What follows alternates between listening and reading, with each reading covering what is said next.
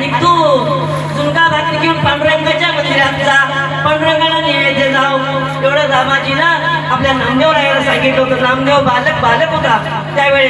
पण इकडं रुक्मिणीच्या मातेनं पुरणपोळीचा स्वयंपाक तयार केला होता. तिकडं जनामाऊलीनं बाजीबाजीचं जेवण केलं होतं. आता पांडुरंगाला कोडं पडलं. जना माझी तेवढीच भक्ती नाही, जना नामाची दाशी आहे.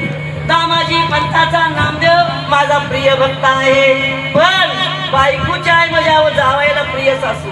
तुम्ही आम्ही सगळ्या सासवा. सासू म्हणजे जावायसाठी काय वाटेल ती करल. एकाचनी बाजूला तर सासू जावायला जवळ घेते. काय करू काय नको असं वाटतं सासूला. आणि सासूनं पुरणपोळीचा स्वयंपाक केला. आता ताट करणार आहे. अहो पंढरीत निरोप गेल्यावर पांडुरंगाला गाडी घोडं बंगला काही नाही. त्याला गाडी घोडं कुणीही दिलं नाही. पांडुरंग ताट बसवणार जाऊन उतरणार. पांडुरंग पंडितने आदर्श झाले. रुक्मिणीच्या दरबारात गेले. पण रुक्मिणीच्या मागणीला ताट करून ठेवलेलं होतं. रुक्मिणी तुझं मालक आले तांब्या भरून दे. रुक्मिणी तांब्या भरून घेऊन गेली. अहो तो जगाचा जग शेती कोपरापासून हात माग सारत उभा राहिला.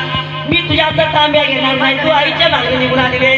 तुला काकानं रागानं आणलेला आहे. आता मी तुझ्या घरातलं जेवण घेणार नाही. रुक्मिणी तुझ्या मनानं तू वाटत तसं कर. बघा आपली सुद्धा आपल्याला मालक म्हणते ती तुला कळत नाही तर पण तुझ्या बेतार तू तुला सांगून समजत नाही. तुला तुला सांगते अगं तू पंढरीला जाऊ नको. तुझी तब्येत बरी राहील तरी बचकं उचलून वाटायला लागतीस. आपण आपलं ऐकत नाही तसं तिनं पण ऐकलं नाही. का हो माझ्या माऊलीने एवढं जेवण केलंय.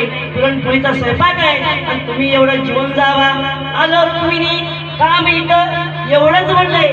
आले पांडुरंग जसे आले तसे जगीच्या आत गेले. मावशे ग सांगा काला न्याला माहेरी मला न्याला माहेरी. मावशे ग सांगा काला मला न्याला माहेरी मला न्याला माहेरी. मावशे ग सांगा काला न्याला माहेरी मला न्याला माहेरी.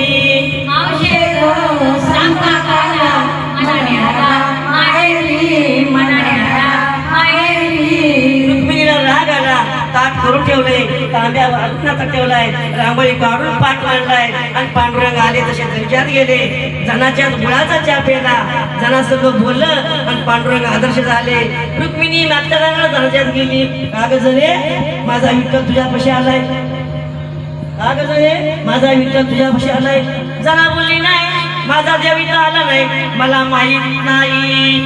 पांडुरंगाच्या मंदिरात पंढरीत प्रगट झाले. नामा जेवण घेऊन याला. रुक्मिणीच्या आई रुक्मिणी बाई जावायला राग आलाय. असू दे तो जावाय आहे. राग आला तर मागं सार.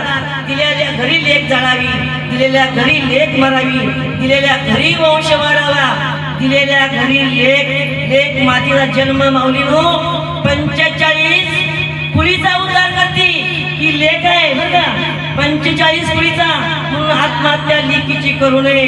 कुठल्याही माऊलीनं कसलंही असू दे लुडं पुढं पोटचं आणि मनान मात्र शेतचं हे विसरू नये. कुठल्याही माऊलीनं कितीही सर्विस असू दे कधी बाळ हत्या करू नये. मुलीच्या आईनं मुलीची रुक्मिणी म्हणती बाई ग मुलगी 42 कुळीचा उद्धार करते आणि मुलगा हा 7 कुळीचा उद्धार करतो. तर मुलगीला कधी डावलू नये. तू ताट घे. आणि रुक्मिणीच्या हातामध्ये ताट दिलंय. आणि रुक्मिणी ताट घेऊन मंगळवेढा ते पंढरपूर चालत यायला लागलेले. बघा मंगळवेढा पंढरपूर काय जवळ तर फार नाही जवळ लांब आहे. आणि 2 दिवसाचा तरी तिला मुक्काम होणार. अशी पूर्वीच्या रस्ता घाट नाही. पाय घालायचा काढायचा पावसाचा दिवस असते ती. आणि रुक्मिणी हातामध्ये ताट घेऊन मंगळवेढा ती पंढरपूर येपर्यंत नामाचं टायमिंग झालं. नामा ताट घेऊन पंढरीत आला. नामा पंढरीत येऊन ताट घेऊन नामानं विनवणी पांडुरंगाची केली. पांडुरंग पाटावर घेऊन बसले. पुढचा भाग मी सांगत नाही सगळ्यांना तो माहित आहे. आणि पांडुरंग जेवाय बसल्याबरोबर पांडुरंगाला वाटलं नामा बरं झालं टायमिंग व्यवस्थित घातलंस. कारण मला रुक्मिणीच्या हातनं खायचंच नव्हतं. कारण रुक्मिणीला धडा शिकवायचा होता. जेव्हा तेव्हा उठतील माहेर तुला मोठं सांगती. कधीही माऊलीनो आपलं माहेर कितीही मोठं असलं तर आपल्यासाठी ती बंधनकारक आहे. आणि सासर आपल्यासाठी खुल्ला दरवाजा आहे. ते विसरू नये. सासर हेच माहेर जी माऊली म्हणून राहते. तिचं उदंड आयुष्य वाढतं. सन्मान राहतो. जी मुलगी माहेरामध्ये राहते तिला बंधन राहतं. कारण कुलूप काढून आत जाण्याची ताकद त्या मुलीमध्ये नसते, कारण तुझं भाव भाऊजाई असते आणि तो अधिकार त्यांचा असतो की कुठल्याही मुलीनं माहेरच्या हिसकावून घेऊ नये असं मला वाटतं.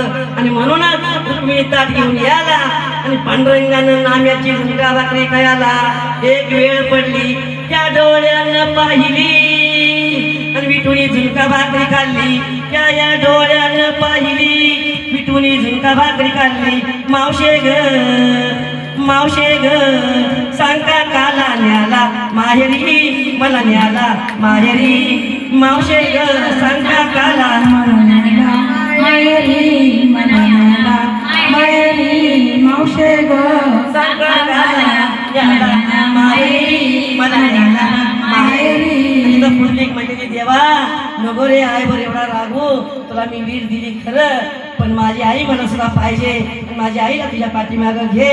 पण जगाला दर्शन देण्यासाठी जगी जगी जगी उभा राहा. प्रत्येक पांढरीमध्ये पंढरीच्या पांडुरंगाचं मंदिर आहे, गावागावात मंदिर आहे. आणि ते मंदिर कुणामुळे झालंय माता मौलीनो? एक लाखा कोलाटी होता, लाखा कोलाटी.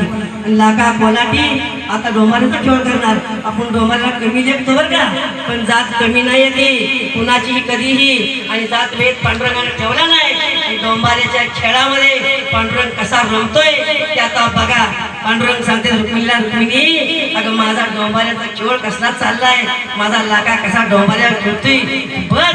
सारखी सारखी उठतीस हिंदू जीवनात जातीस, सारखी सारखी उठतीस वळवटावर जातीस, सारखी सारखी उठतीस माडीवर जाऊन बसतीस.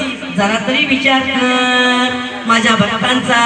मावशे ग सांगा काला न्याला माहेरी मला न्याला माहेरी. मावशे ग सांगा काला माहेरी मनाला माहेरी. मावशे ग सांगा काला न्याला माहेरी मला न्याला माहेरी.